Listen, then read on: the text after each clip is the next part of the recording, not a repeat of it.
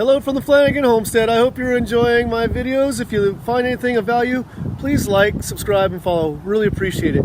Today's goal, we found the spring the other day, but we couldn't get down to it. We're gonna go clear off the debris that's in the way, hopefully dig some trenches to gather water, put a perforated pipe down in it, and gather the water so all the water is coming out that one pipe so I can put it into my water system for the campground. Okay, today I'm prepping my pipe. I cut off a piece of 1.5 PVC, about 6 feet long. I'm going to use a couple feet, 2.5 feet. I'm going to drill some holes in it.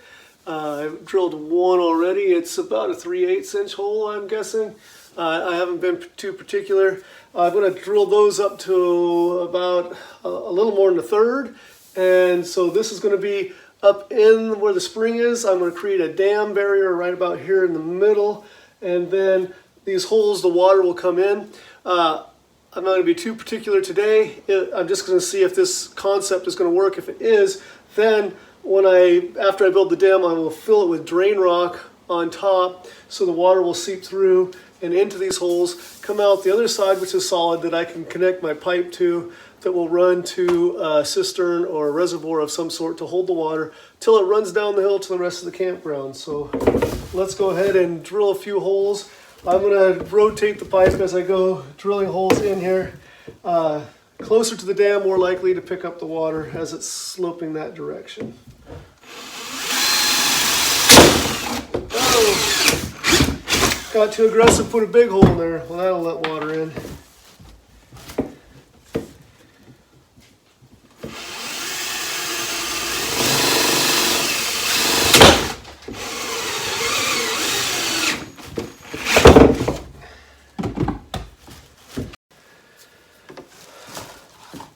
Where I drilled that first hole, it popped it. It was brittle and cracked. I'm surprised. I found reasonably new PVC to be fairly pliable and not break. But what I'm going to do is I'm going to just wrap a little electrical tape around here. I don't intend to block the hole completely because I'm putting holes in it, but I don't want a hole big enough to let mud in that will clog this because the flow of water is coming down towards this end anyway.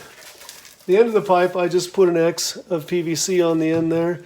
It did leave holes so water can run in there, but again, won't be a big enough space that it can get really clogged up.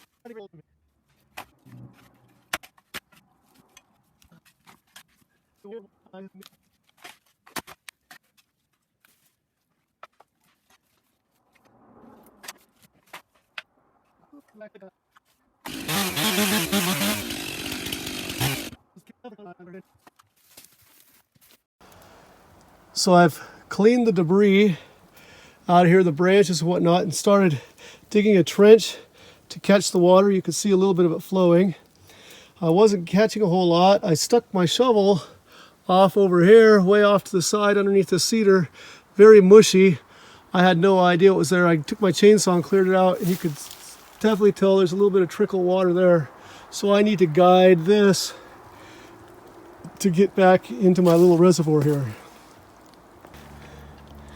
You can see water trickling down that wall, gathering in my basin here. I need to take this pipe now and I'm going to sink it down to that water level. I want it nice and low because water, the higher it can come up in the dam, the more water will seep out through the sides over here where the ground is soft. I will need to get down the pipe down low. So I'm going to dig this pipe down in here, lay it down in the water level, and see if I can start getting water to come through the pipe. Now we get to play in the mud. Not gonna be able to just jiggle it in. That's my line though. At least I can see my line now. I'll dig that.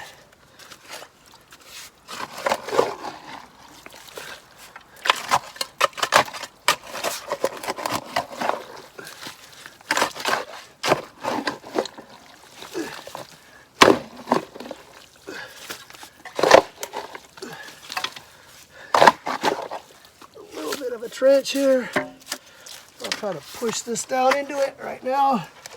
No, it's not sloped down at this point.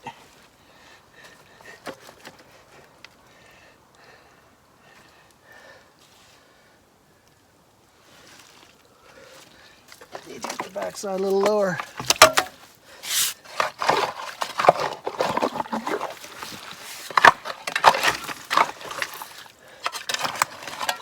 Obviously it's downhill now, so water's all running out.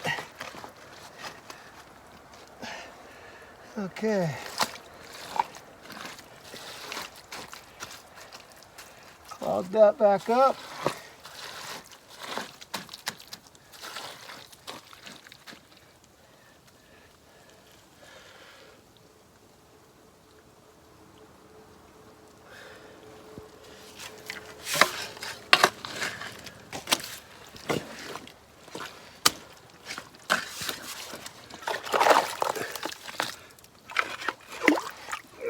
Out of here.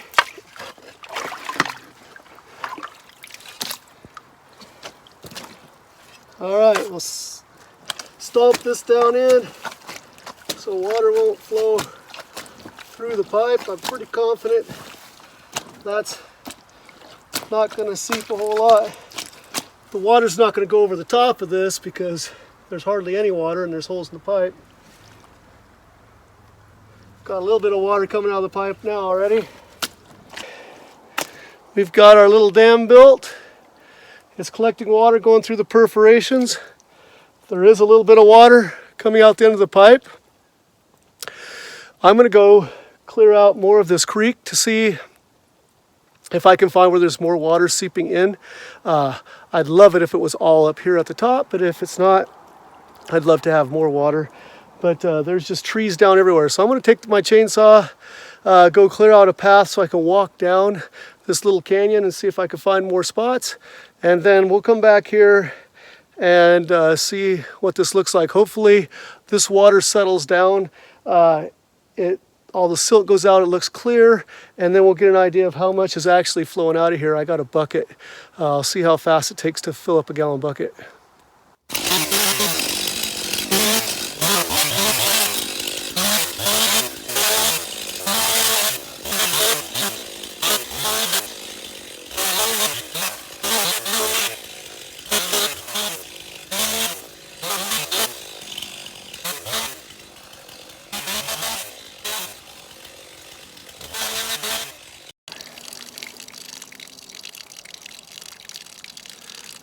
Okay, so we got our water trickling out of the pipe. We've gathered it. It's still a little bit silty because it's only about 35 minutes since we dug. I'm going to figure out how much water we have. So I have a gallon bucket. We'll just drip it in there. I got a big timer here so you can see what's going on, and we'll see how much water we have.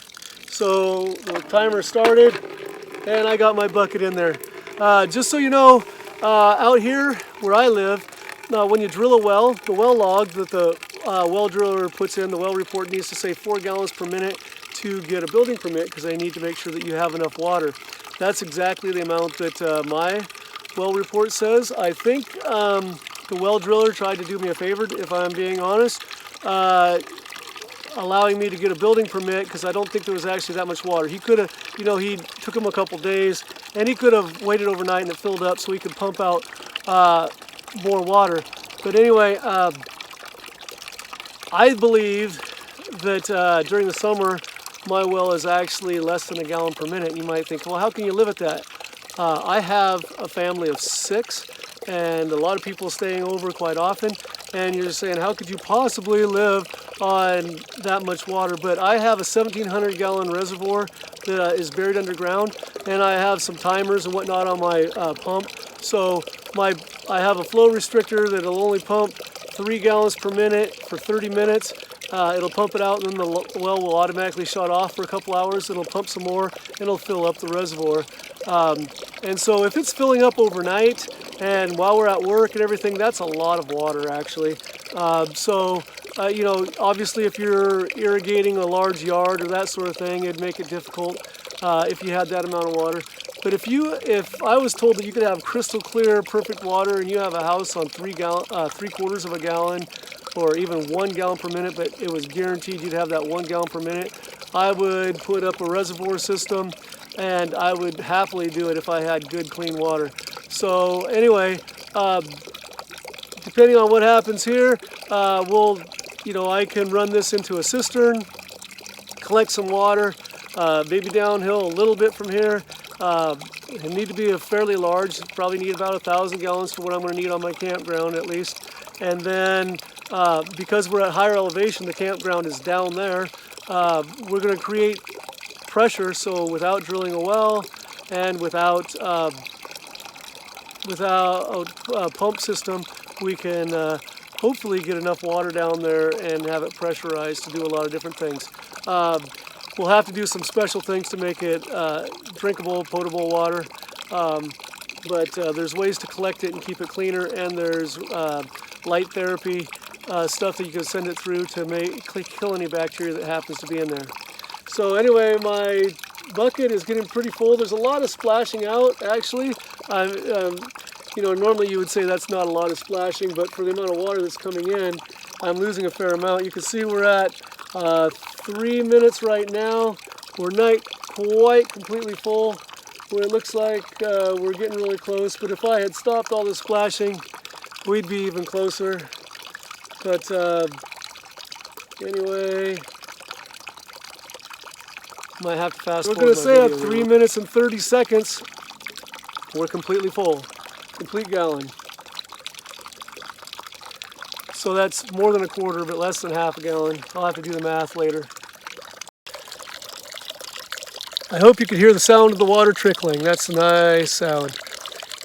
Thanks for joining me on the Flanagan Homestead, where Christmas trees are my business, teaching and cleaning horticulture is my job, and outdoor projects like seeing if we can find this water source and gather it and use it on our property is my passion. This stuff is fun.